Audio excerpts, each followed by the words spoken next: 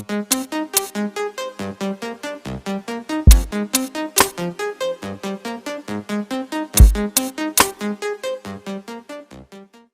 I was gonna start recording the video, and all of a sudden I got a visitor, which I guess is becoming a thing, and she wants to be in all the videos. So she just heard me talking and she's like, oh, I want to be in the video. Come on, just get me. I want to be in YouTube. Oh, she's a sweet bunny. So I started recording, and my intention was to record all the progress on the bike. And so far, I think I mentioned yesterday that I was welding the bung for my Autotune, and I was ready just to, you know, hook it up today, which is I'm gonna show right now. But before I get to that place, I guess I wanted to address one thing, which is the fact that I ended up buying more than one component from the Dynojet family. And as you can see here, I already have my power commander, which is already connected, and it already has a map in it. And then I ended up buying the Autotune. So this is the welding bung that I did yesterday, and this is the Autotune sensor, O2 sensor, white bite sensor, running all the way through the back, which I'm going to be connecting eventually to the power commander. So one thing that I forgot to address, the fact that I bought the Dynojet Pod-300. So cool thing about the Pod-300 is the fact that you can actually configure it and adjust your fuel trims and look at your AFRs live on the pod. So one thing is you don't have to do additional electrical connection. So that's one thing, because it's going to be using a CAN bus cable, which it's already provided, and it will be connecting to the Autotune. So it's going to be taking the power from the Autotune. So so you can look at the live data. Look at the bunny, it's right there. You can look at the live data on the pod, which I think is super useful. In one of the things I want to do, like for example, I'm very concerned with the fact that I'm spraying on this bike, and I would love to have the ability to see the AFRs I guess real time, or as real time as possible. So I already have a plan in terms of like how much fuel I would love to run when I'm spraying. I'm not spraying a whole lot, but I just want to be careful with the bike as much as possible. So I can do that with the Pod-300. I can actually on the bike, without having to plug it into a laptop, I can adjust my tuning by adding or subtracting any fuel to my current map or my current field trim. So in addition to that, you see like the 3 like LEDs at the top. So the idea of that is that there's just going to be serving, those are 3 LED light bulbs, and they are going to be configurable so that you can say warnings for, like for example, my AFR is running at 13.2 or like pretty close to 13.2, just like flash or green light. Use a green light. If I'm walking away from that AFR, and I'm in my target AFR, I'm going, I don't know, maybe 14.7, and I'm increasing on RPMs, please just flash yellow, and then or amber. And then if I want to go like, oh, just throw a warning if all of a sudden I'm on like 5th and my AFR at like wide open throttle on like 10,000 RPMs goes to like 17 or something like that. So I can just set up those parameters, and the system is going to be allowing me to use it for whatever. I can even use it as a shift light, which is great. So that's one of the reasons why I bought it. Also because like the simplicity, I'm already in the Dynojet family, so it's easy just with one cable. I don't have to do another electrical connection, so I can just do it right away and then just plug it in. Supposedly you can look at it and see all the numbers even like on direct sunlight because of the resolution. So that's another positive for it. And then finally, the ability to do data logging. So I was thinking about buying the Woolage system with the Autotune, with the C-Tronic wideband, but I can do it. It's a little bit more expensive, and I had already a good deal with my power commander, which is why I decided just to go power commander. Like there's nothing wrong with like going Woolage or even just like having a decent flash at a dyno. That will be the perfect solution. But like I mentioned before, I don't have a dyno close to my house, so my options are somewhat limited. So I decided just to go with the Dynojet, which I can at least just data log, come back home, look at my logs and see how am I doing when I'm spraying, or overall if I were to change my exhaust for an Aero with a different slip on, or I add a sprint filter instead of the K&N that I'm using. I can take a look at that and see how that is going to be affecting the AFRs, and I can adjust or mitigate, not just mitigate, I can modify my trims based on the data logging on my numbers, the numbers I'm seeing, and I can always keep the Autotune connected to my bike, and if I have, or if I like the trims that I'm setting, the Autotune is always going to be actively just making my recommendations, and I can decide to make him part of my base map. One thing, they also sell a switch which you can run multiple maps, so I'm thinking about maybe in the future I can run a map just for nitrous, and I can just have my daily so I can just my commuting map, so I can probably do something like that. So I'm just gonna go ahead. I already installed the Power Commander. There's super easy instructions on how to do that. So I'm not gonna get into a lot of details because there's videos, and I can always post links where you can get the instructions if you are doing one of those. But if you have any questions, please just reach out, and I'll be happy to answer any questions. But I'm not gonna bore you with the installation. I will maybe show some of the steps in terms of adding connecting the Autotune to the sensor and doing the power. And then I will be putting the Pod-300 today too. So I'm just gonna, I don't have the clamp they sell to put it on the handlebar, but yeah, I'm just gonna put it with maybe Velcro, or maybe use my RAM mount for now, and then I'll decide how I'm gonna connect it in the future. So I'll just go do it right now.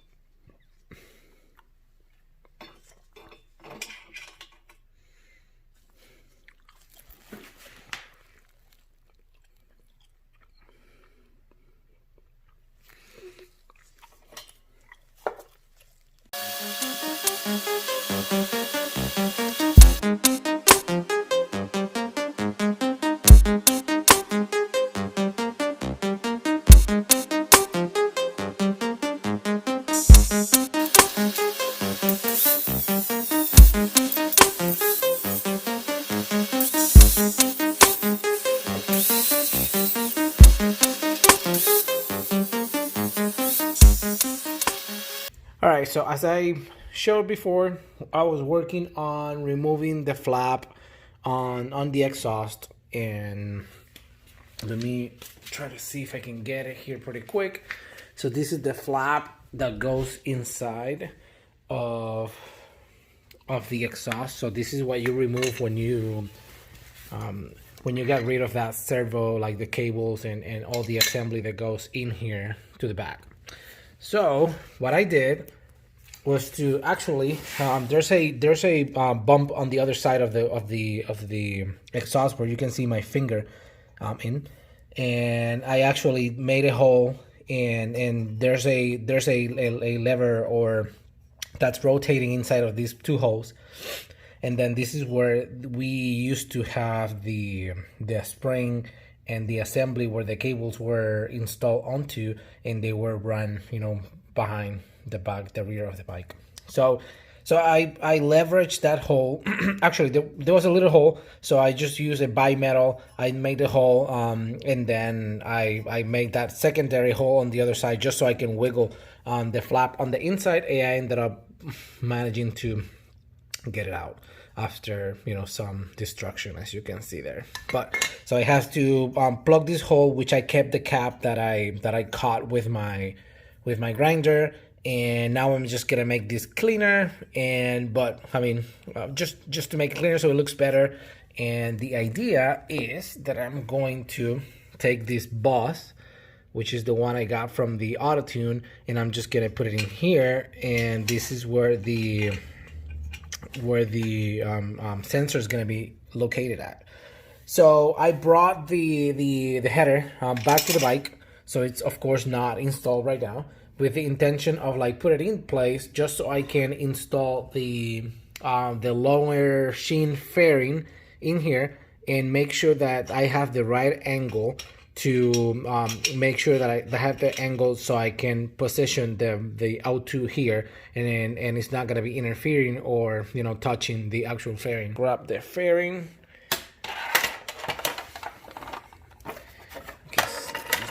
I was not too gentle with that. See if I can get this on both sides. See the hole now, perfect. Yeah, I don't have to put the bolt, but I'm just gonna do it just so if I have to put pressure on the other portion. And what I wanted to see if I have enough clearance just so the O2 sensor can fit in the hole without really having any issues, you know, touching this and just getting underneath this area, and then I'll be routing the cables on the inside, whatever. But at least I can see that if I were to put the bus here, okay, which I'm not sure if you can see, it's pretty hard, but it's right in here. I guess I can use cable to keep it in place. So I'm now just gonna bring the Autotune. So I'm just gonna run this through here, and I just want to see if I have enough clearance to do this. Okay, so I can put it in here. I think that position right there, it's about where the sensor is gonna be when the bus it's installed, if that makes sense. So if I can bring the the welding bung in here. Sorry, like that light is just hitting the phone. So this is where the bung's gonna be, and it's gonna be slightly, you know, closer to.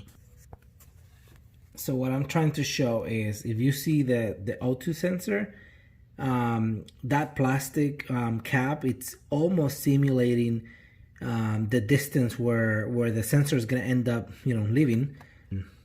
On that's about the same amount of the bus I guess the same width of the bus, so not too far.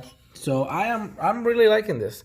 So in case I did not explain before, what I'm trying to do is just to so originally the O2 sensor, it's on this side, on the other side of the exhaust, and I did not want to use one of those adapters that help you to go from like 12 millimeter bung to an 18, because the readings supposedly on higher RPMs are not the best. So I decided to take my chances and make a new hole, and I drilled it out, and what I did is just to leverage the existing servo spring, so that way I know I can. So that way I can use that existing area on the exhaust, which I'm no longer using. So I didn't show the whole process of removing the stuff that you need to remove in order to get your exhaust. Yeah, I know people have different ways to do this. Do the best you feel, you know, you're more comfortable with. I've done it where I just loosen up a little bit the bolt for the radiator. I like it to look like this because like it's very easy just to damage this radiator. So so this will give you enough leverage to move it out of your way, so you can get this. The second thing is the backs. They're not pretty, but they do the work, and they're blocking the exhaust ports, or I mean in the motor, because I don't want anything just getting inside of the motor by mistake, and I like to do it like this, make it very visible, because I've seen way too many cases where people just put racks and stuff and they don't see them, and they just finally put the exhaust, and then the exhaust is actually getting into the engine, and I'm sorry, the rack is actually getting into the engine, and I don't want any of that. So I'll make it super like either tape or just make it super visible, just so there's no, like this is gonna be in the way, and there's no way that you can actually install the exhaust header by just doing this and forgetting that you have the back, so which is why I did it.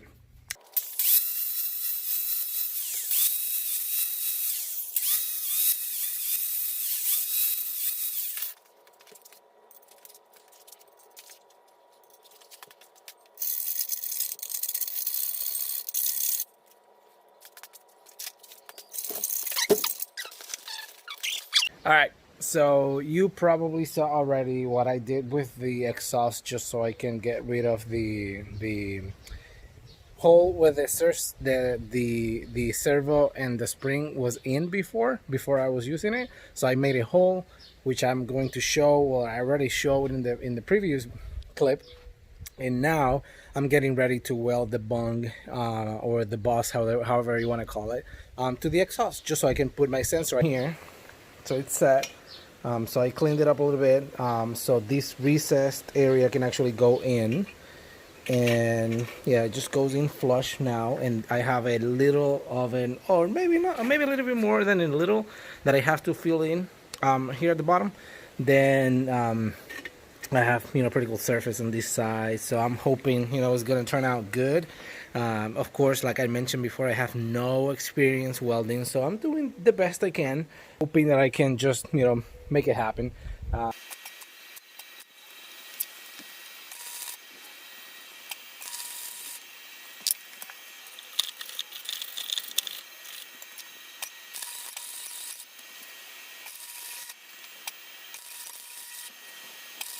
Alright, so I finally finished, at least just installing the Autotune plus the wideband and the power commander, so everything is installed, and the Pod-300, which is great. It's quick. And so I'm coming back again just so I can put a plating here, so I can put these both things in here without affecting, how I mount the seat. But now you have the Dynojet power commander. I also have the the auto tuning here, and now I have the Pod-300 in here. This is a temporary basis. I have it in here, but actually it works pretty well. I just need to make sure that it's not gonna go flying like my phone in one of my previous videos. So I'm not gonna set it up today. I'm gonna set it up later. I haven't even enabled the auto tune on the power commander, but I just want to show you that how cool it is. So I'm actually gonna go to a different page, which I think it's here. Yep, so that's one of the pages. Each page can be like either like quad, dual, like this one. You can have two different inputs in them, and then you can also have a single one, or you can have, there's a single one. You can have 4 pages of like quad format, or maybe 4 pages of like 2 or 1. Doesn't matter. You choose and you pick the one you like. It's gonna be playing with my throttle right now, and you can tell that I'm opening the throttle right now, and I'm at 100% versus 0, which is great. So even though I have not enabled it, it's already communicating with the power commander, so it's great. It's important. So anyway, yeah. So it can just a simple cable, so you can take it off when you don't need it, and then I'll go through some of the options that I'll be working on for it. So yeah, you can see data logging, which is what I'm more excited about, and then the light, just configuring all the alarms that I've talked about and stuff. So that's great. I really like it. It was so simple to install, and super cool. So yeah. So at this point, bike, it's almost ready. So I just need to put it back again, because like, man, this bike has been spending more time disassemble than assemble. It's crazy. So I just need to put the exhaust back again. This is just the USB cable, because I'm about to get started on enabling all the options and getting all my maps and stuff. So I'm just gonna start doing that, but I'm gonna cut the video here, because it's not gonna be too long. And the next one's gonna be more about just functions and me working on the Dynojet and making sure that I have the trims in place, just to get everything started and in place. Yeah, so that's it for now. So I'm just gonna stop here, and if you have any questions, let me know. Hopefully I just can go on details in the future about the Pod-300 Autotune and the power commander, if you have any questions. And yeah, just hit me up, and I'll be more than happy to support you with any question you have, or maybe you're gonna ask questions that I have no idea about the answer, but I can always try to find them. This is my journey of having my ECU flashed, and after flashing the ECU, then adding some field tuners that will give me the flexibility of adding parts, and always have the ability to stay on top of my AFRs and make sure that whatever I'm doing, if it's maybe changing to a sprint filter in the future, or maybe changing the exhaust at some point, I can always make sure that my AFRs are not affected, and if they are, I can keep an eye on them, and I can have my system working in a way where I can always have my bike running at the AFRs that I want based on the parameters that I'm going to be configuring on my Autotune and through my Pod-300. Cool. So I hope you enjoy it. Just let me know if you have any questions. I'll be more than happy to answer. And then next one is going to be me working on the 3 things together and taking the bike for a spin to see how it feels. Bye. Peace out.